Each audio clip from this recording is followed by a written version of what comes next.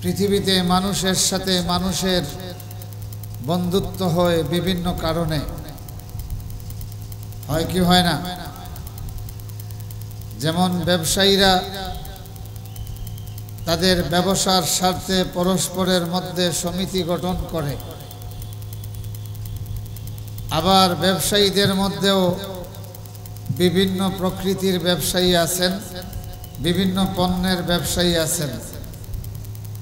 তো যারা কাঁচামালের ব্যবসা করে কাঁচামাল ব্যবসায়ী সমিতি করে, যারা ফল ফ্রুইটের ব্যবসা করেন তারা ফল ফ্রুইট ব্যবসায়ী সমিতি করেন, যারা একটি নির্দিষ্ট বাজারে ব্যবসা করেন তারা ওই বাজার নিয়ে একটা বণিক সমিতি করেন, কলাওয়ালারা কলাওয়ালা সমিতি করে।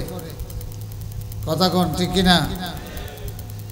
আমার বন্ধুগণ, আমার ভাইরা, এইভাবে বিভিন্ন কমার্শিয়াল স্বার্থে, অর্থনৈতিক স্বার্থে মানুষের মধ্যে ঐক্য তৈরি হয়, পারস্পরিক বন্ধন তৈরি হয়, পরস্পরের প্রতি একটা ভালোবাসা বন্ধুত্ব তৈরি হয়, হয় কি হয় না? তাছাড়া বন্ধুত্ব তৈরি হয় একটা নির্দিষ্ট আদর্শ কায়েমের লক্ষ্যে। মানুষ পরস্পরকে আহ্বান করে, এইভাবে পরস্পরের আহ্বানে সাড়া দিলে এই একটা নির্দিষ্ট আদর্শের মানুষের মধ্যে একটা বন্ধুত্ব তৈরি হয়, হয় কি হয় না? এইটাকে রাজনৈতিক ঐক্য বলা হয়। আমার বন্ধুগণ, আমার ভাইরা, এরপরে আরো বিভিন্ন বিষয়ে আমাদের মধ্যে বিভিন্ন বন্ধুত্ব তৈরি হয়। আল্লাহ পাক এই কোরআনে হাকিমে সূরা যুখরুফের এই আয়াতে একটা গুরুত্বপূর্ণ সংবাদ আমাদেরকে দিয়েছেন, যেই সংবাদ এই পৃথিবীতে আমাদের চক্ষু খুলে দিবে, আমাদেরকে নতুনভাবে চিন্তা করার সুযোগ করে দিবে। আল্লাহ পাক বলতেছেন, সেই দিন মানে কিয়ামতের দিন সমস্ত পরীক্ষিত বন্ধুরা একজন আরেকজনের দুশ্মন হয়ে যাবে, তবে মুত্তাকিরা ছাড়া। আলহামদুলিল্লাহ বলেন। তাম পৃথিবীর সমস্ত পরীক্ষিত বন্ধুরা একজন আরেকজনের দুশ্মন হয়ে যাবে, শুধুমাত্র মুত্তাকিরা ছাড়া। তাইলে বোঝা গেল মুত্তাকিদের বন্ধুত্ব কিয়ামতের দিন অটুট থাকবে। আলহামদুলিল্লাহ পড়েন। আমার বন্ধুগণ, আমার ভাইরা, তো আমি ইতিমধ্যে বলেছি মানুষের মধ্যে পারস্পরিক বন্ধুত্ব এবং ঐক্য তৈরি হয় বিভিন্ন কারণে। মুফাসসিরিনরা বলতেছেন যে পৃথিবীর সমস্ত বন্ধুরা কিয়ামতের দিন একজন আরেকজনের দুশ্মন হয়ে যাবে। এটা কার কথা? একটু আগে বললাম তো, কার কথা? জোরে বলেন, কার কথা? আল্লাহর কথা। আরো জোরে বলেন, এটা কার কথা?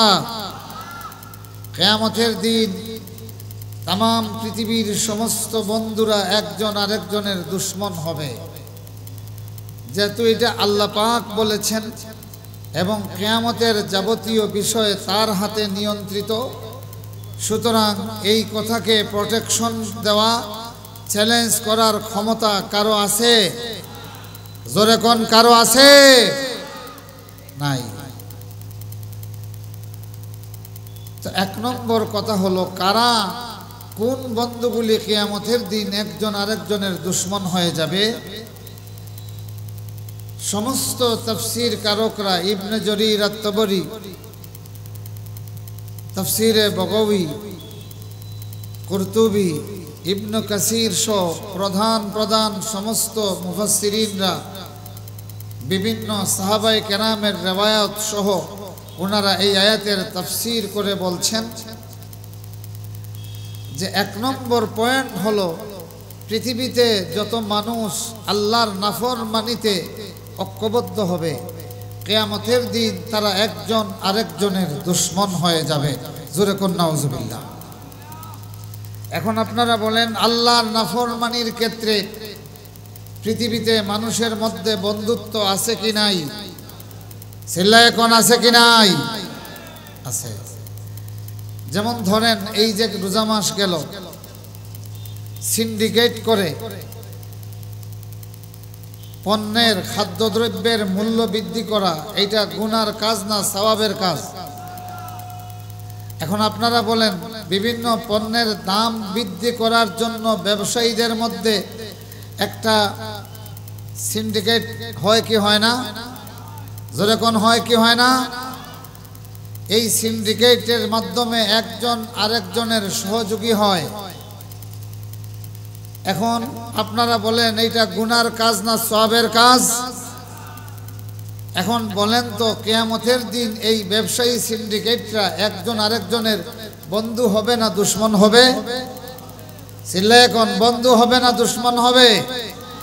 এটা আমার কথা না আল্লাহর কথা? আল্লাহর কথা। আমার বন্ধুগণ, আপনারা বলেন, লেনিন, স্ট্যালিন, কার্ল মার্কস, এদের নাম শুনেছেন তো? হেগেল, এদের নাম শুনেছেন? এক সময় সারা পৃথিবীতে এদের কারণে লাল ঘোড়ার দৌরত্বে এমনকি আমেরিকা পর্যন্ত থরথর করে কাঁপত। সমাজতন্ত্রের, কমিউনিজমের দাপটে সারা পৃথিবী এক সময় কাঁপত। এই সমাজতন্ত্র প্রতিষ্ঠার জন্য তাদের পরস্পরের মধ্যে একটা বন্ধুত্ব আছে কি নাই? জোরে কন্যা আছে কি নাই? এখন আপনারা বলেন, সমাজতন্ত্র কায়েম করা পৃথিবীতে এইটা সওয়াবের কাজ না গুনার কাজ? গুনার কাজ। তাইলে কিয়ামতের দিন সমাজতন্ত্রীদের সঙ্গে লেনিন, স্ট্যালিন, কার্ল মার্কস এদের বন্ধুত্ব হবে না দুশমনি হবে? কথা কন না, বন্ধুত্ব না দুশমনি? দুশমনি হবে। আমার ভাইরা, আমার বন্ধুগণ, আপনারা বলেন, ধর্মনিরপেক্ষতা প্রতিষ্ঠা এইটা গুনার কাজ না সওয়াবের কাজ? চিল্লায়ে কোন, গুনাহ না সওয়াব? কিন্তু ধর্মনিরপেক্ষ প্রতিষ্ঠার জন্য পারস্পরিক কিছু মানুষের মধ্যে বন্ধুত্ব আছে কি নাই? চিল্লায়ে কোন আছে কি নাই? বর্তমানে পৃথিবীতে ধর্মনিরপেক্ষতা প্রতিষ্ঠার জন্য যারা পরস্পরকে বন্ধু হিসেবে গ্রহণ করছেন, কিয়ামতের দিন তারা পরস্পরের দুশমন হবেন না বন্ধু হবেন? এটা কার কথা? আল্লাহর কথা। আল্লাখিল্লাহু ইয়াওমাইযিন বা'দুহুম লিবা'দ আদুওয়ান ইল্লাল মুত্তাকিন। পৃথিবীর মানুষগুলি আমার আল্লাহ রাব্বুল আলামিন তামাম পৃথিবীর মানুষের মূল্যায়ন, তামাম পৃথিবীর মানুষের চক্ষু পরিবর্তন করে দিচ্ছেন। তামাম পৃথিবীর পরীক্ষিত বন্ধুগুলি পরস্পরের দুশমন হবে, কেবল মুত্তাকিরা ছাড়া। সুবহানাল্লাহ পড়েন। وقال النبي صلى الله عليه وسلم لو أن رجلين تحابا في الله أحدهما بالمشرق والآخر بالمغرب لجمع بينهما الله يوم القيامة فقال هذا فيقول هذا الذي أحببته فيا। الله أكبر বলেন। ভাইগুলি, আমার বন্ধুগুলি, আল্লাহর নবী বলেন, দুইটা মানুষ যদি পরস্পরকে আল্লাহর জন্য ভালোবাসে, আল্লাহর দ্বীনের জন্য ভালোবাসে, আল্লাহর যে কোনো কথার জন্য ভালোবাসে, এদের একজন যদি পৃথিবীর সবচেয়ে পূর্ব প্রান্তে হয়, আর একজন যদি পৃথিবীর একেবারে পশ্চিম প্রান্তে হয়, কিয়ামতের ময়দানে আল্লাহ রাব্বুল আলামিন জামা বাইনাহুম আল্লাহু ইয়াউমাল কিয়ামা, কিয়ামতের দিনেই দুইজনকে আল্লাহ একত্রিত করবেন, করে বলবেন ফায়াকুলু হাযাল্লাযী আহবাবতাহু ফিয়া, হে আমার বান্দা, এই সেই লোকটা যার সঙ্গে পৃথিবীতে তোর কোনোদিন দেখা হয় নাই, অথচ আমার কারণে তুই ভালোবেসেছিস তাকে, এই সেই লোকটা।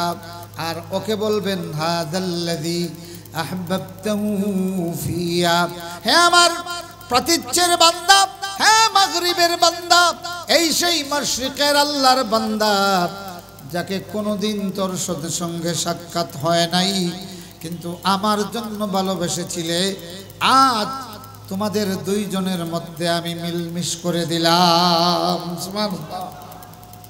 আমার বন্ধুগণ, আমার ভাইরা, একটা প্রশ্ন করব, আপনারা একেবারে মনের থেকে, যদি খাঁটি মনের থেকে আপনারা খালিস থাকেন তাইলে উত্তর দিবেন। সিদ্দিক আকবর রাদিয়াল্লাহু তাআলা আনহুর নাম শুনেছেন? কারা শুনেন নাই দেখে একটু হাত উঠান। শুনেছেন কারা? মাশাআল্লাহ, সবাই শুনেছেন। এখন শুধুমাত্র তারাই হাত উঠাবেন যারা তাকে নিঃশর্তে একেবারে মনের আবেগ দিয়ে তাকে ভালোবাসেন, যারা তারা হাত উঠান। মাশাআল্লাহ। আবু বকর রাদিয়াল্লাহু তাআলা আনহুকে ভালোবাসেন? আচ্ছা, তাকে কোনোদিন দেখছেন? কতক্ষণ দেখছেন? দেখেন ভাই, তো এই লোকটারে যে আপনারা ভালোবাসেন, উনি তো রাসূলের খলিফা। কার খলিফা? রাসূলুল্লাহর খলিফা। রাসূলের পরে পুরো 1 বছর তার যতদিন হায়াত ছিল, গোটা তৎকালীন উম্মতে মুসলিমাকে একেবারে আল্লাহ রসুলের পদাঙ্ক অনুসরণ করে করে রাসূলুল্লাহ যেইভাবে পরিচালনা করতেন, হুবহু 1 বছর তিনি উম্মতে মুসলিমাকে রাষ্ট্রপ্রধান হিসাবে তিনি তাদেরকে পরিচালনা করেছেন। অর্থাৎ তিনি ছিলেন ইসলামী রাষ্ট্রের প্রধান। কথা কোন হাসানা মিসা? জোরে কোন হাসানা মিসা? তাইলে তো উনি একজন রাজনৈতিক ব্যক্তিত্ব, যিনি আল্লাহর কোরআন এবং রাসূলের সুন্নত দিয়া রাষ্ট্র পরিচালনা করেছেন, তাও 1 বছর। কয় বছর? 1 বছর। এখন আপনারা বলেন তারে কেন ভালোবাসেন? আমি বলে দেই, দেখেন আপনাদের সঙ্গে একমত কিনা। আমরা তাকে ভালোবাসি, তিনি রাসূলের খলিফা। কার খলিফা? খলিফা মানে কি? খলিফাতুন মানে হলো যিনি যার খলিফা হবেন, একেবারে পদে পদে তার অনুসরণ করবেন, তাকে বলা হয় খলিফা। জানি না আপনাদের এলাকায় এটা আসিল কিনা। আমাদের এলাকায় আগে দর্জিরে খলিফা বলা হইতো। এখানেও আছে? আচ্ছা আচ্ছা, দর্জিরে খলিফা বলা হয়। তা আমি ছোট্টবেলা আমার বারবার মনে আসতো যে দর্জিরে খলিফা কেন বলা হয়। শুনছি আবু বকর রাদিয়াল্লাহু তাআলা আনহু খলিফাতু রাসূলিল্লাহ, ওমর ইবনুল খাত্তাব শুনেছি খলিফাতু রাসূলিল্লাহ, ওসমান ইবনু আফফান খলিফাতু রাসূলিল্লাহ। তাইলে এই দর্জি লোকটা খলিফার কি কাজ করেন? শেষে খলিফা শব্দের যখন তাহকিক বুঝলাম, তখন বুঝে আসলো দর্জিকে, টেইলারকে খলিফা কেন বলা হয়। আপনারা বলেন, খলিফা যে কাপড়টা সেলাই করেন, এই কাপড়টা তার কাছে আরেকজনের পক্ষ থেকে আমানত দেওয়া হয়। জোরে কোন ঠিক কিনা? জোরে কোন ঠিক কিনা?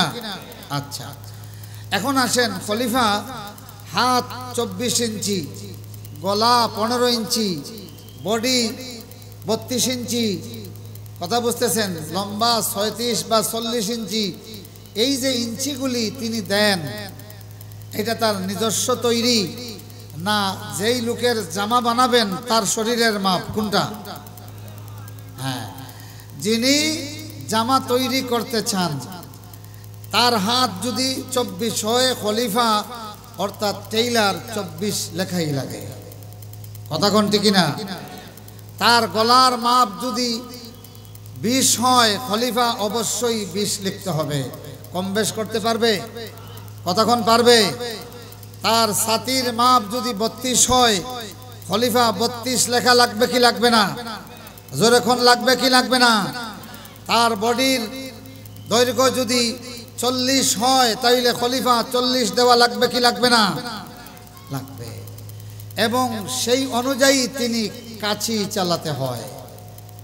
তাইলে বোঝা গেল খলিফাকে খলিফা এই জন্য বলা হয় যিনি আরেকজনের হুবহু মাপটা, হুবহু সীমানাটা একেবারে পরিপূর্ণভাবে অনুসরণ করেন।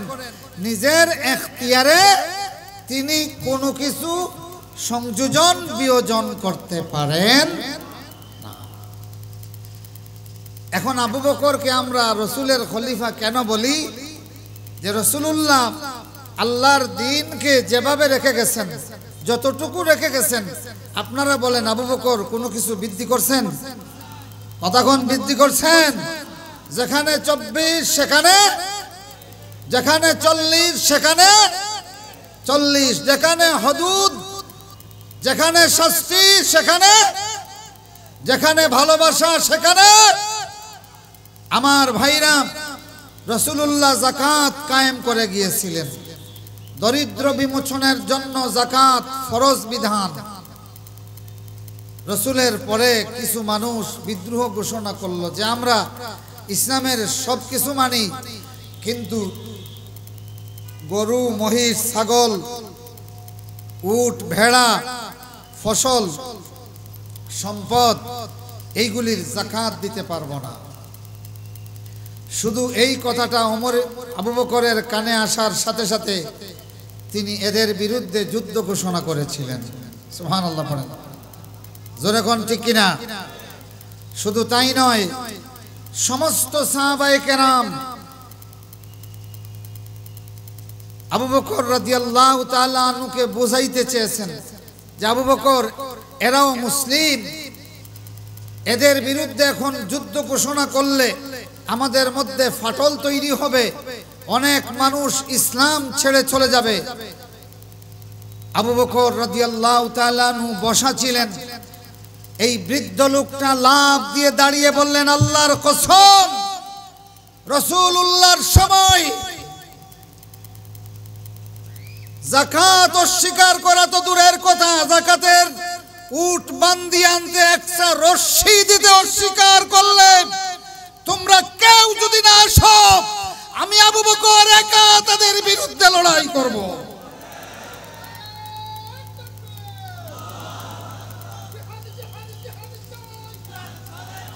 আমার ভাইরা, ওমর ইবনুল খাত্তাব রাদিয়াল্লাহু তাআলা আনহু বলেন, শারাহাল্লাহু সাদরা আবি বকর লিল জিহাদ। আল্লাহু আকবার। আল্লাহ পাক আবু বকর রাদিয়াল্লাহু তাআলা আনহুর সিনাকে জিহাদের জন্য উন্মুক্ত করে দিয়েছেন। এ আনসার এবং মুহাজিররা, আর পিছাবার কোনো প্রয়োজন নাই। আল্লাহ রাসূলের খলিফা যেই দিকে যাবেন, আল্লাহর কসম জীবন দিয়ে আমরা সেই দিকে যাব। আল্লাহু আকবার। আমার বন্ধুগণ, আমার ভাইরা, রাসূলুল্লাহর ওফাতের সময়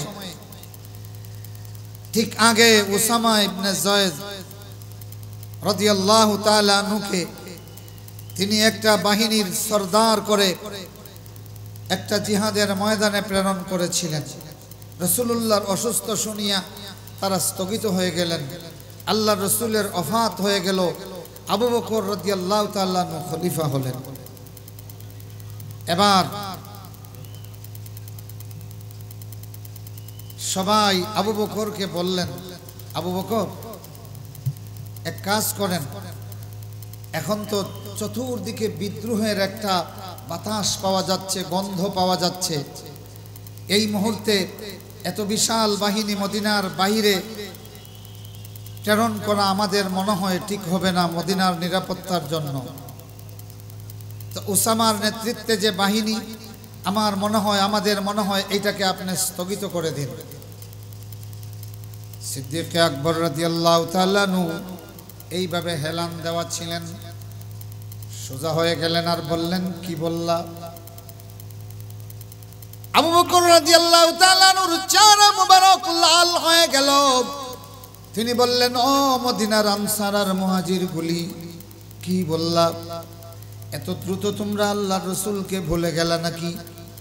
এ মদিনার মানুষগুলি, এ উমর, এ উসমান, এ আলী, এ মদিনার আনসার আর মুহাজিরগুলি, শোনো রে, আল্লাহর রাসূল যেই বাহিনী প্রেরণ করেছেন, আমি আবু বকর সেই বাহিনী স্থগিত করার ক্ষমতা কে দিয়েছে? রাসূলুল্লাহ যেই বাহিনী জিহাদের ময়দানের জন্য প্রস্তুত করে গেছেন, যেহেতু আল্লাহর রাসূল এইটাকে স্থগিত করেন নাই, শোনো আনসার আর মুহাজিরগুলি, তামাম পৃথিবীর মানুষ যদি মদিনায় হামলা করে, এরপরেও আল্লাহর রাসূলের বাহিনী আমি মদিনায় আটকাবো না। আল্লাহু আকবার। খলিফা কাকে বলে এখন বুঝতে পারছেন? এবার আরেকটা প্রস্তাব দিলেন, তাইলে এক কাজ করেন আবু বকর, উসামা মাত্র 17 বৎসর বয়সের একটা বালক, এত বিশাল বাহিনীর জলিলুল কদর সাহাবীরা আছেন, তো ওনাকে সেনাপতি না করে একজন বড় মাপের বয়স্ক লোককে সেনাপতি বানাইয়া দেন।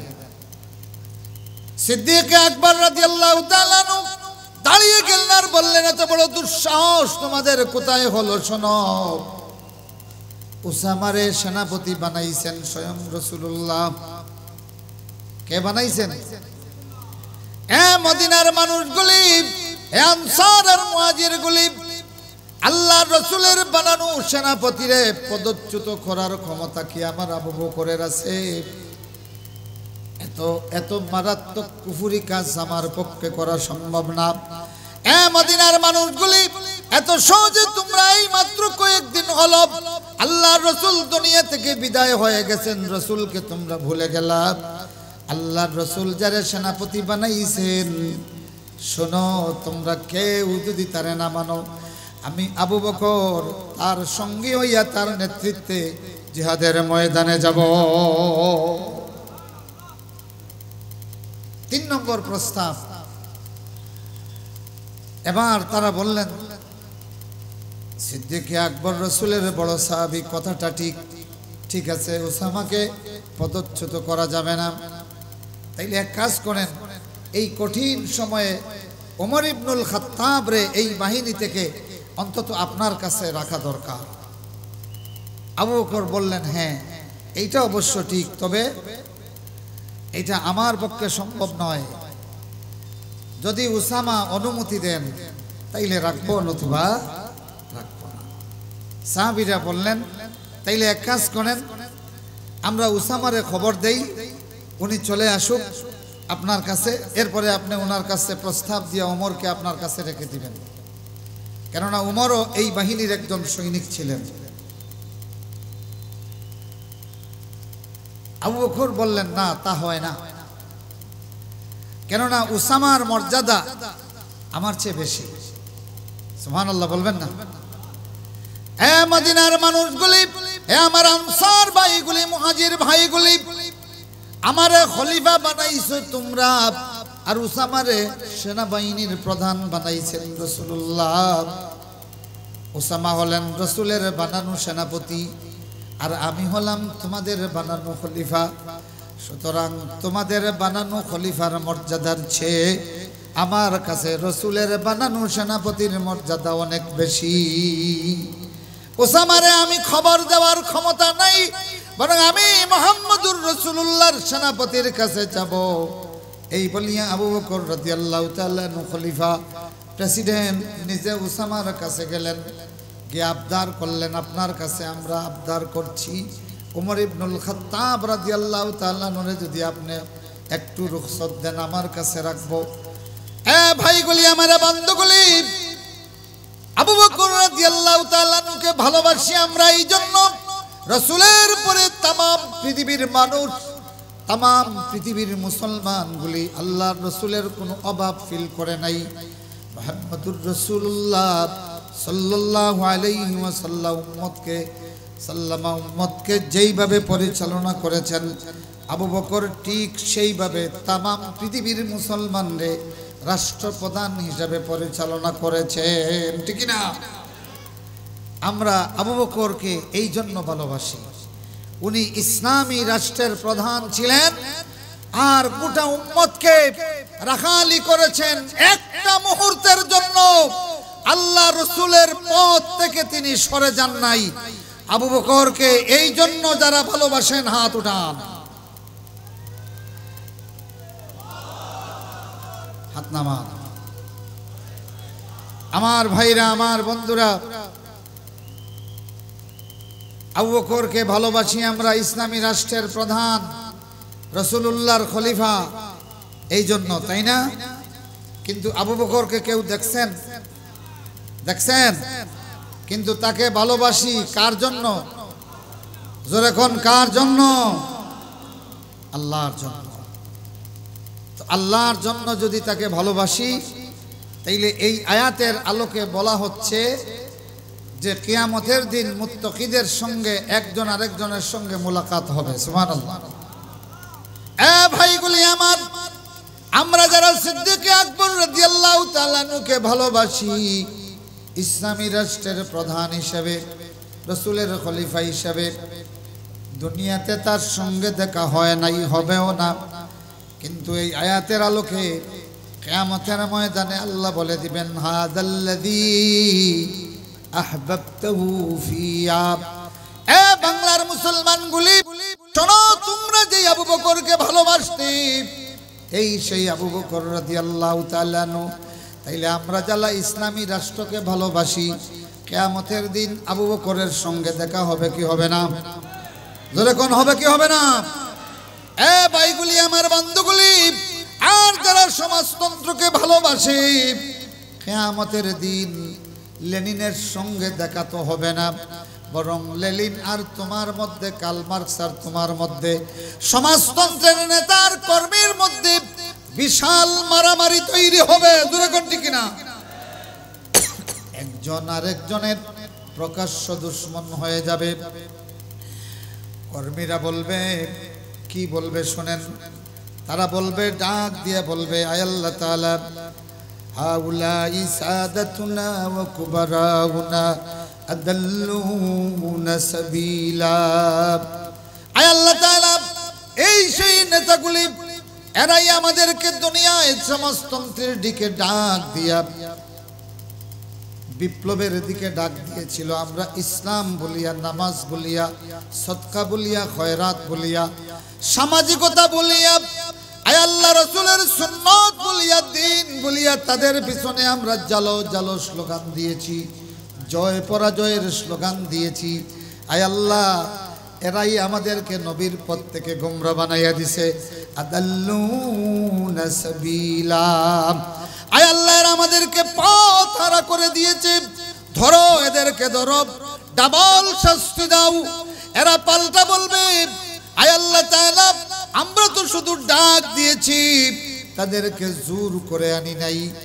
আজকের এই ভয়াবহ দিনে তারা বলবে, ফামালানা মিন মাহিস, জাহান্নামে যাওয়া ছাড়া আজ আমাদের আর দ্বিতীয় কোনো পথ নাই। নাউজুবিল্লাহ পড়েন।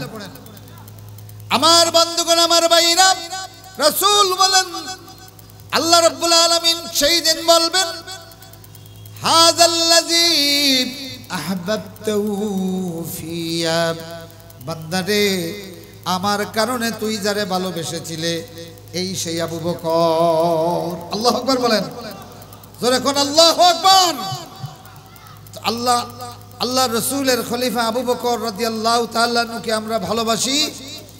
উনি ইসলাম মোতাবেক দেশ চালাইছেন। এই জন্য এই ভালোবাসার মধ্যে থাকলেই হবে না, আমাদেরকেও ওই সমস্ত মানুষের সাথী হতে হবে যারা ইসলাম দিয়া দেশ চালাতে চায়, যারা ইসলাম দিয়া আবু বকরের মতো, রাসূলুল্লাহর খলিফার মতো দেশ চালাতে চায়। তাদেরকে ভালোবাসেন কারা? দেখি হাত উঠান।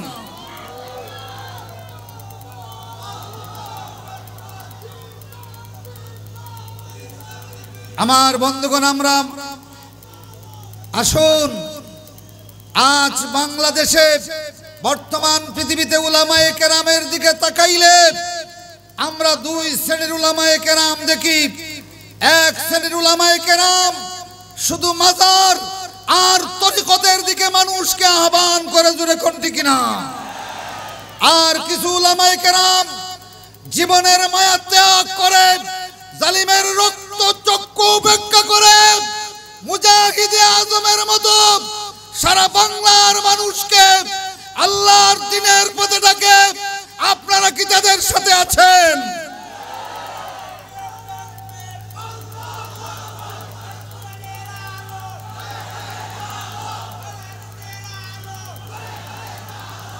আমার ভাইরা, মুজাহিদে আজম সিদ্দিক আহমদ আজাদ, যাকে সাইদি সাহেব রহমতুল্লাহ আলাইহি চট্টলার বৃদ্ধ সিংহ উপাধি দিয়েছিলেন, আজকের এই মাহফিল তার বাস্তব প্রমাণ। তার জীবন, তিনি জীবন দুনিয়া থেকে চলে গেছেন, তার উত্তর শরীরা ইসালে সওয়াবের মাহফিলে আল্লাহর দ্বীন প্রতিষ্ঠার, ইসলামের বিপ্লবের স্লোগানে মুখরিত করে। আল্লাহ পাক তার কবরকে জান্নাতের বাগান বানিয়ে দিন, সকলে পড়ুন আমিন। আমার বন্ধুগণ, আমি শুনেছি এবং দেখেছি এই সিদ্দিক আহমদ আজাদ সিংহ পুরুষ যতদিন জীবিত ছিলেন, দুনিয়ার কোন শক্তিকে, ইসলামের কথা বলতে গিয়ে দুনিয়ার কোন শক্তিকে পরোয়া করেন নাই। সারা চট্টলার দিক দিগন্তে তিনি আল্লাহর কোরআনের কথা সিংহ গর্জনে প্রচার করেছেন, জোরে কোন ঠিক কিনা? আমার ভাইরা, আমরা যদি তাকে ভালোবাসি, কিয়ামতের দিন আবু বকরের সঙ্গে আমাদের মোলাকাত হবে, জোরে কোন ঠিক কিনা? যারা ইসলাম প্রতিষ্ঠা করতে চায় তাদের সঙ্গে ভালোবাসা রাখবেন, কিয়ামতের দিন আবু বকর, ওমর, উসমানের সঙ্গে সাক্ষাৎ করিয়ে দিবেন কে? আমার বন্ধুগণ, এবার আসেন আরেকটা হাদিস বলি। রাসূলুল্লাহ সাল্লাল্লাহু আলাইহি ওয়াসাল্লামের প্রিয় সাহাবী চতুর্থ খলিফা আলী রাদিয়াল্লাহু তাআলা আনহু বলেন, খলিলান কা মুমিনান ও খলিলান কাফিরান। দুই মুমিন বন্ধু আর দুই কাফের বন্ধু। তো মুমিন দুই বন্ধুর একজন মারা গেছে। এবার এই বন্ধু জান্নাত পাইয়া আল্লাহর কাছে সে তারিফ করতেছে, আল্লাহ তাআলা শুনেন, আল্লাহ তাআলা আমি তো পথহারা ছিলাম, আমার একটা বন্ধু নাম তার অমুক, আয় আল্লাহ তাআলা আমার বন্ধু আমাকে আল-আমরু বিল মারুফ ওয়ান নাহি আনিল মুনকারের কাজ করেছে। আল্লাহ এই বন্ধুটা দিন রাত আমাকে আল্লাহ এবং রসুলের এতাওয়াতের দিকে আহ্বান করেছে, মন্দ কাজ নাফরমানি থেকে আমাদেরকে ফিরে থাকার জন্য ডাক দিয়েছে। আয় আল্লাহ তার কথা মতো আমি নামাজের মিছিলে শামিল হয়েছি, তাকবীরের মিছিলে শামিল হয়েছি, জান্নাতের মিছিলে শামিল হয়েছি। আয় আল্লাহ এত পুরস্কার আমি যার কারণে পেয়েছি, আমার সেই বন্ধুটা এখনো দুনিয়াতে আছে, আল্লাহ তারে দেখিয়ে রাখিও, সে যেন গুমরা না হয়। আল্লাহু আকবার। এই আয়াতের তাফসিরে ইমাম বগাবী রহমতুল্লাহ আলাইহি আলী রাদিয়াল্লাহু তাআলা আনহু থেকে এই হাদিসটি বর্ণনা করেছেন। তাইলে বোঝা গেল কিয়ামতের দিন যারা বন্ধু হবে, যে মানুষটা আপনাকে ইসলামের দিকে ডাকে, যদি আপনি তার ডাকে সাড়া দেন, কিয়ামতের দিন তার সঙ্গে আপনার বন্ধুত্ব হয়ে যাবে। সুবহানাল্লাহ। আরেকটা রিওয়ায়াত এসেছে কি, যে এইভাবে দুই বন্ধুকে আল্লাহ পাক কিয়ামতের দিন একত্রিত করবেন। একত্রিত করে একজন বলবেন যে লিয়ুসিন্না বাদুহু বাদা। আল্লাহ পাক দুইজনকে একত্রিত করে বলবেন, ঠিক আছে তোমরা দুইজন একজন আরেকজনের প্রশংসা করো, একজন আরেকজনের কি প্রশংসা করো। তো একজন বলবে, আয় আল্লাহ তাআলা এই যে আমার বন্ধু দেখছেন, উনি আমাকে কোরআন পড়ার দিকে ডাকতো, হাদিস পড়ার দিকে ডাকতো, আল আমরু বিল মারুফ আল্লাহর এতাওত রাসূলের এতাওতের দিকে আমাকে ডাকতো। আয় আল্লাহ তাআলা আমাকে সাথে নিয়ে নামাজে যাইতো, আমাকে দ্বীনের পথে ডাকতো, নাফরমানি থেকে আমাকে ফিরাইয়া রাখতো। এই কারণে এত বিশাল পুরস্কারটা আমি পেয়েছি। আমি যে পুরস্কার পেয়েছি আমার এই বন্ধুরে এর চেয়ে ডাবল পুরস্কার দাও। সুবহানাল্লাহ। এখন আল্লাহ পাক ওই বন্ধুকে বলবেন যে তুমি তোমার এই বন্ধুর কিছু প্রশংসা করো। তো এ বলবে, আয় আল্লাহ তাআলা আমি তোমার বান্দাকে কোরআনের পথে ডাক দিয়েছিলাম, সাথে সাথে তোমার বান্দা লাব্বাইকা ওয়া সাদাইকা বলে ডাকে সাড়া দিয়েছে। আয় আল্লাহ আমি তোমার বান্দারে সুদ ঘুষ নাফরমানি থেকে ফিরে থাকার চেষ্টা করেছি। আল্লাহ তোমার বান্দারে নাফরমানির পথ থেকে আমি ফিরাইয়া রাখার চেষ্টা করেছি। আমি যা বলেছি তোমার কথা যা বলেছি আল্লাহ তোমার বান্দা তা শুনেছে। সুবহানাল্লাহ পড়েন, জোরে কন্যা সুবহানাল্লাহ। এই যে আমি বললাম আপনারা সুবহানাল্লাহ বলেন, আর আপনারা সুবহানাল্লাহ বললেন, কিয়ামতের দিন দুইজনকে একত্রিত করা হবে। কথা বুঝছেন? আপনাদেরকে বলবেন যে আপনি সুবহানাল্লাহ পড়িয়া এত সওয়াব পাইলেন, আপনারা বলবেন হুজুর আমাকে হাফিজুর রহমান সাহেব বলেছিলেন সুবহানাল্লাহ বলো, আমি সুবহানাল্লাহ বলেছি এত সওয়াব পাইছি। আমাকে বলবেন যে আপনি বলো, আমি বলবো আয় আল্লাহ তাআলা আমি বলতে দেরি হইছে, উনারা সাথে সাথে বলতে দেরি করে। জোরে কোন সুবহানাল্লাহ, আরো জোরে কোন আলহামদুলিল্লাহ, আরো জোরে কোন আল্লাহু আকবার। আমার ভাইরা, আফ্রিকার জঙ্গলের মসজিদে মুয়াজ্জিন আজান দেয় আল্লাহু আকবার বলে, জোরে কোন ঠিক কিনা? আর এই আজাদ নগরের মসজিদের মিনার থেকে যেই শব্দ দিয়ে আজান দেওয়া হয় সেটা কি? সবাই বলতে হবে সেটা কি? ইংল্যান্ডের মিনার থেকে যেই আজান হয় তার প্রথম শব্দ কি?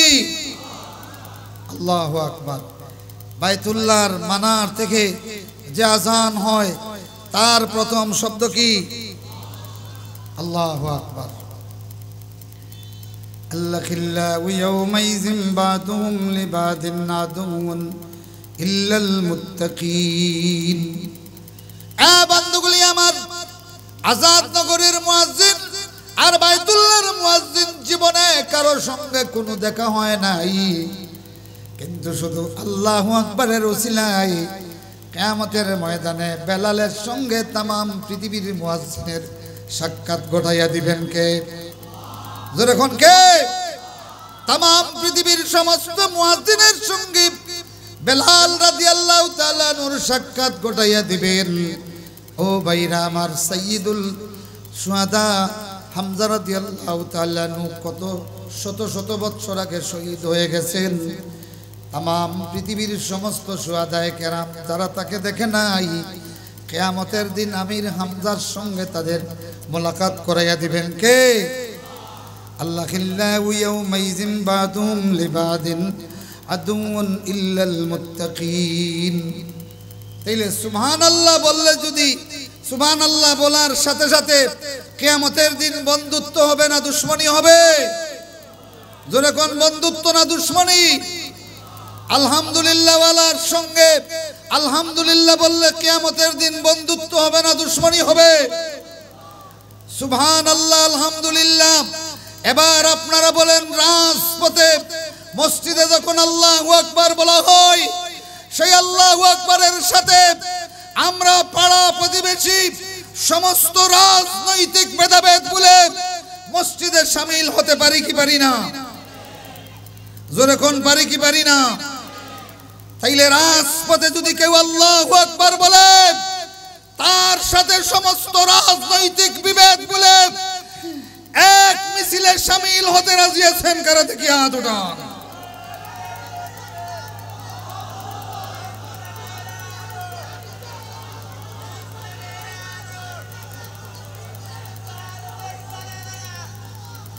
আমার বন্ধুগণ, আমার ভাইরা, শোনেন, ভালো করে শোনেন। আমরা ইচ্ছে করে ধর্মনিরপেক্ষতার দুশমন নয়, আমরা স্বেচ্ছাচারীভাবে সমাজতন্ত্রের দুশমন নয়, আল্লাহর কোরআনের সূরা যুখরুফের আয়াত যারা বিশ্বাস করে তাদের কাছে ইসলাম ছাড়া আর কিছু হতে পারে না। যারা পরকালকে বিশ্বাস করে তারা অবশ্যই কোনো ধর্ম নিরপেক্ষকে বাদীকে বন্ধু হিসেবে গ্রহণ করতে পারে না। আমার বন্ধুগণ, আমার ভাইরা, আসুন মসজিদের তাকবীরের সঙ্গে এক ইমামের সঙ্গে যেভাবে আমরা ঐক্যবদ্ধ হই, রাজপথের তাকবীরের সঙ্গে ঐক্যবদ্ধ হয়ে আবু বকরের মিছিলে শামিল হতে রাজি আছেন কারা? আমার বন্ধুগণ, আমার ভাইরা, আসুন আল্লাহ রাব্বুল আলামিন আমাদেরকে তৌফিক নসিব করুন। সকলে পড়ুন আমিন। ওয়া আখিরু দাওয়ানা আনিল হামদুলিল্লাহি রাব্বিল আলামিন। 15 পর্যন্ত তো টাইম। জি 15 পর্যন্ত আমাকে সময় দেওয়া হয়েছে। আচ্ছা, তাইলে আরো কিছু সময় বাড়ছে আমার। আছেন তো আপনারা? আছেন? আমার ভাইরা, আমার বন্ধুরা, রাসূলুল্লাহ সাল্লাল্লাহু আলাইহি ওয়াসাল্লাম একটা জামাত তৈরি করে রেখে গিয়েছিলেন। এদেরকে বলা হয় সাহাবায়ে কেরামের জামাত। কথা কোন ঠিক না? এরা কাদের জামাত? সাহাবায়ে কেরাম রিদওয়ানুল্লাহি তাআলা আলাইহিম আজমাইনের জামাত। রাসূলুল্লাহর একটা হাদিস হলো, আল্লাহ আল্লাহ ফি আসহাবি লা তাত্তাখিযুহুম গারাদাম মিন বাদি। আল্লাহ আল্লাহ বলে তিনি কসম করেছেন আর বলতেছেন, আমার সাহাবীদেরকে তোমরা আমার পরে তোমাদের উদ্দেশ্য বাস্তবায়নের গরজ বানাইয়া নিও না, টার্গেট বানাইয়া নিও না। আমরা দুঃখজনকভাবে আমরা লক্ষ্য করছি, সারা বাংলাদেশের উলামায়ে কেরাম মুসলমানরা যখন জুলুমের কারণে দেওয়ালে পিঠ থেকে গেছে, এই অবস্থায় যখন পরস্পর বিভেদ ভুলে গিয়ে একই ময়দানে আল্লাহর দ্বীনের জন্য ঐক্যবদ্ধ হওয়ার সুযোগ এসেছে, ঠিক তখনই সাহাবা বিদ্বেষী একটা তকমা দিয়া বাংলার উলামায়ে কেরামকে বিভক্ত করার চেষ্টা করা হচ্ছে। জোরে কোন ঠিক কিনা? তবে আলহামদুলিল্লাহ, যারা এই চেষ্টা করছেন তাদের এই অপপ্রচারে বাংলার মানুষ কান দেয় নাই। আলহামদুলিল্লাহ পড়েন, জোরে কোন আলহামদুলিল্লাহ। একটা সত্য কথা বলি, আজ সারা দুনিয়াব্যাপী যার চিন্তাধারার উপরে অটল পাহাড়ের মতো ইসলামী আন্দোলন গজিয়ে উঠেছে, যাদেরকে কোনো ধরনের নির্যাতন নিষ্পেষণ দিয়া নিশ্চিহ্ন করা যাচ্ছে না, তাদের বিরুদ্ধে সাহাবা বিদ্বেষী তকমা লাগানো হয়। জোরে কোন ঠিক কিনা? কিন্তু সেই আল্লামা মওদুদী রাহিমাহুল্লাহ, তাকে বলা হয়েছিল যে আপনার বিরুদ্ধে এত সমালোচনা করা হয়। উনি একটা মসজিদে জুমার নামাজ আদায় করতে গেছেন, উনি সফের মধ্যে বসা, তার চেহারার দিকে তাকাইয়া মসজিদের মিম্বর থেকে ইমাম সাহেব তাকে, আর তিনি এই ইমামের পিছনে নামাজ পড়তেছেন। সুবহানাল্লাহ পড়েন। তাকে বলা হলো, আপনি তো চাইলে এদের জবাব দিতে পারেন। তিনি তখন জবাব দিয়েছিলেন যে আমি যদি ওনাদের অভিযোগের জবাব দেই তাইলে তো এই দিকেই আমার সময় চলে যাবে। আমার মকসুদ আল্লাহর দ্বীনের বিপ্লবী পয়গাম সারা পৃথিবীর ঘুমন্ত মুসলমানের কাছে পৌঁছে দিব, এই কাজটা তো হবে না। সুতরাং ওনারা ওনাদের কাজ করুক, আমি আমার কাজ করি। হক আর বাতিলের ফয়সালা কিয়ামতের দিন আল্লাহর সামনে হবে। জোরে কোন সুবহানাল্লাহ। এমন দৃঢ় ঈমান আর বিশ্বাস যে মানুষটার, আজ তাকে বেইনসাফির মতো, বেয়াদবের মতো কিছু কিছু লোক গালিগালাজ করে। জোরে কোন ঠিক কিনা? জোরে কোন ঠিক কিনা? কিন্তু আশ্চর্যের বিষয় হলো, তার বিরুদ্ধে শত শত বই হাজার হাজার মিথ্যা কথা লেখা হয়েছে। যদি এই বাংলাদেশের মানুষ, ভারত উপমহাদেশের মানুষ যদি এইটা গ্রহণ করত, তাহলে আল্লামা মওদুদীর নাম গন্ধ পৃথিবীতে থাকতো না। জোরে কোন ঠিক কিনা? ওনারা তার বিরুদ্ধে সেমিনার, সিম্পোজিয়াম, মিছিল, মিটিং আর সভা সমাবেশ করে যত বেশি প্রচার করেছে, মানুষ তত বেশি তার সাহিত্য, তার লেখনী পড়েছে। জোরে কোন ঠিক কিনা? তাইলে বোঝা গেল তার বিরুদ্ধে যত অপপ্রচার, উম্মত এইটা গ্রহণ করে নাই। উম্মত যে গ্রহণ করে নাই, এইটাই তাদের জবাব হয়ে গেছে। আলহামদুলিল্লাহ পড়েন, জোরে কোন না আলহামদুলিল্লাহ। আরেকটা ঐতিহাসিক বিষয় আমি বলি। ব্রিটিশ যখন এরা দুরন্তর, এরা যখন দেখলো ভারতের সমস্ত, ভারত, পাকিস্তান, বাংলাদেশ, তৎকালীন ভারতবর্ষ,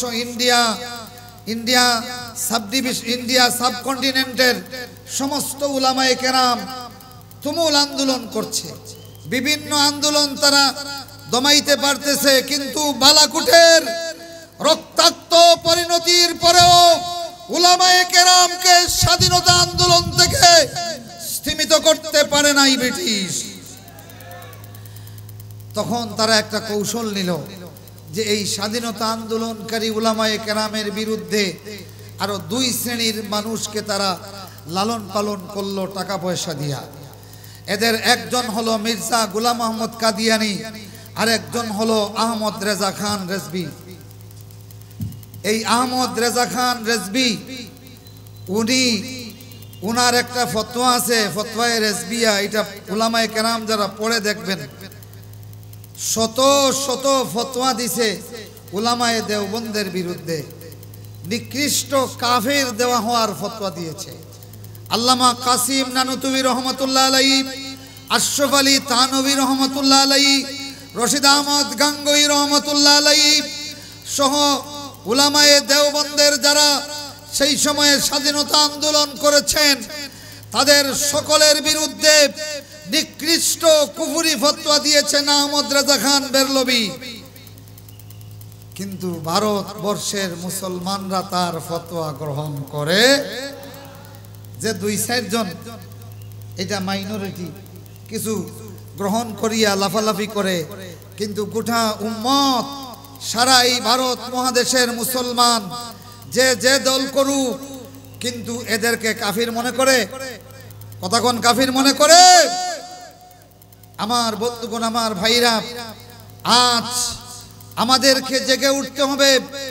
রাসূলুল্লাহ সাল্লাল্লাহু আলাইহি ওয়াসাল্লামের খেলাফত আলা মিনহাজুন নবুওয়াত প্রতিষ্ঠার আন্দোলনে আজ এমন একটা আন্দোলন চাই যাদের মধ্যে পরনিন্দা নাই। জোরে কোন ঠিক কিনা? আপনারা দেখবেন বাংলাদেশে একটা আন্দোলন আছে, এদের বিরুদ্ধে আনুষ্ঠানিকভাবে সভা সমাবেশ করে নিন্দা করা হয়, কিন্তু এই সংগঠনটি আজ পর্যন্ত আনুষ্ঠানিকভাবে তার কোনো কেন্দ্রীয় নেতা বাংলাদেশের কোনো আলেমকে গালি দেয় নাই। জোরে কোন ঠিক কিনা? ওনাদের বিরুদ্ধে নিকৃষ্ট কুফরি ফতোয়া দেওয়া হয়েছে, আর ওনারা ভাইয়ের মতো, উত্তাল মহাসমুদ্রের মতো, বঙ্গোপসাগরের মতো হৃদয় নিয়ে তাদেরকে ঐক্যের দিকে ডেকেছেন। জোরে কোন ঠিক কিনা? আমার ভাইরা, এই বাংলাদেশের ইতিহাসে একজন নেতা ছিলেন যিনি এমন একটা রাজনৈতিক দর্শন প্রতিষ্ঠা করেছিলেন। তিনি বলেছিলেন, আমরা বিভিন্ন রাজনৈতিক নেতৃবৃন্দ, আমরা যারা রাজনীতি করি, আমরা পরস্পরের প্রতিদ্বন্দ্বী হই, কিন্তু প্রতিপক্ষ হওয়া ঠিক নয়। আমরা পরস্পরের প্রতিদ্বন্দ্বী হব, কিন্তু পরস্পরের দুশ্মন হব। এই কথা যেই নেতা বলতে পারেন, আপনারা বলেন সারা বাংলাদেশের সমস্ত রাজনৈতিক দল তার কাছে বন্ধু না শত্রু? জোরে কোন? বন্ধু না শত্রু? কিন্তু আজ আমরা লক্ষ্য করি রাজনৈতিক ক্ষমতায়নের পরে আজ পরস্পরের বিরুদ্ধে বিদ্বেষ প্রচার করা হয়, রাষ্ট্রীয়ভাবে বিদ্বেষ প্রচার করা হয়, রাজনৈতিকভাবে বিদ্বেষ প্রচার করা হয়। জোরে কোন ঠিক কিনা? একটা বাবার যদি 5টা সন্তান থাকে, 5টা সন্তানের মধ্যে বিভিন্ন স্বার্থে দ্বন্দ্ব থাকতে পারে, কিন্তু বাবাকে এই 5টি সন্তানকেই সমান ভালোবাসা দিতে হয়। জোরে কোন ঠিক কিনা? আমার ভাইরা, এই জন্য আমি আহ্বান করব, যারা রাষ্ট্রের অভিভাবক আছেন, যেই দলেরই হন না কেন, আপনাদের আচরণ, আপনাদের কথা, আপনাদের উদ্যোগ যেন এই দেশের আপনার বিপরীত দলের, বিরোধী দলের রাজনৈতিকদের সঙ্গে যেন আপনার দুশ্মনী তৈরি না হয়, বরং এরা যদি আপনার বিরুদ্ধে খড়গহস্ত হয়, আপনারা ভালোবাসা দিয়ে তাদেরকে জয় করতে হবে। জোরে কোন ঠিক কিনা? বড়দের কাছ থেকে ভালোবাসা, ছোটদের কাছ থেকে স্নেহ, সম্মান, এইটা যেখানে তাকে আল্লাহ পাক সেখানে জান্নাতি পরিবেশ তৈরি করে দেন। জোরে কোন আমিন। আসুন, রাজনৈতিক বিদ্বেষ এই কারণে আমরা যেন তফসির মাহফিল, ইসালে সওয়াব মাহফিল, ওয়াজ মাহফিলে এইটা যেন নিয়ে না আসি। রাজি আছেন নি আপনারা? জোরে কোন রাজি আছেন? এই হতে পারে কোরআনের কোনো একটা কথা আমার রাজনীতির বিরুদ্ধে চলে যেতে পারে, এই জন্য আমি আমার রাজনৈতিক এই দর্শনের সংশোধন করব, কিন্তু এই মুফাসসিরকে নিষিদ্ধ করার ক্ষমতা কে দিয়েছেন? কথা কোন ঠিক না? আমার একটা কথা কোরআন থেকে প্রচার করার কারণে আপনার রাজনৈতিক দর্শনের বিরুদ্ধে যেতে পারে। আপনি চেষ্টা করে দেখুন, কোরআনের কথাটা যদি সঠিক হয়, এর দ্বারা আপনার রাজনৈতিক দর্শনটা সংশোধন করুন। এইটা না করে এই মুফাসসিরকে আপনি নিষিদ্ধ করে দিবেন, এইটা বেশি দিন থাকবে না। কেননা কোরআন মজিদে একটা আয়াত আছে, শুনবেন আয়াতটা? শুনবেন? কারা শুনতে চান দেখি হাত উঠান।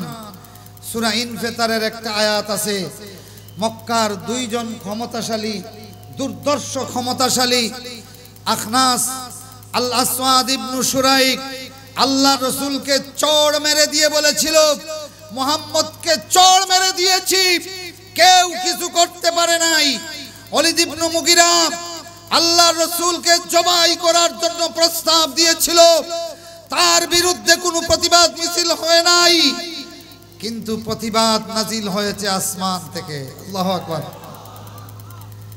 সূরা ইনফিতার পড়ে দেখবেন, ইয়া আইয়ুহাল ইনসান মা গাররাকা বিরাব্বিকাল কারীম। আল্লাহু আকবার। এ ভাইগুলি, আমার বন্ধুগুলি, আখনাস আল্লাহ আসওয়াদ ইবনে শুরাইক আল্লাহর নবীকে চড় মেরে দিল, কেউ কোনো প্রতিশোধ নিল না, মক্কায় কোনো প্রতিবাদ মিছিল হয় নাই।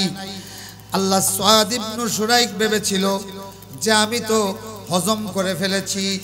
আল্লাহ পাক নাজিল করেছেন, ইয়া আইয়ুহাল ইনসান মা গাররাকা বিরাব্বিকাল কারীম। হে মানুষটা, তোর রব্বে করিম থেকে কোন জিনিসে তোরে ধোঁকা দিল? তার মানে মুহাম্মদের গায়ে আঘাত করেছিস, এটা এমনি ছেড়ে দেওয়া হবে? এ ভাইগুলি, আমার বন্ধুগুলি, নির্দিষ্ট মুফাসসিরকে নির্দিষ্ট এলাকায় নিষিদ্ধ ঘোষণা করিয়া ভাবতেছ হজম করে ফেলেছি, কিন্তু আল্লাহ বলতেছেন, ইয়া আইয়ুহাল ইনসান মা গাররাকা বিরাব্বিকাল কারীম। সুতরাং আল্লাহর কোরআনের দায়ীদেরকে মুখ সাময়িকভাবে বন্ধ করা যাবে, যারা নিষিদ্ধ করবেন তাদের ব্যাপারে আল্লাহ বলতেছেন তুমি হজম করতে পারবে। আল্লাহ পাক আমাদের সকলের সাহায্যকারী হয়ে যান, আমিন। আসসালামু আলাইকুম ওয়া রাহমাতুল্লাহি ওয়া বারাকাতুহু।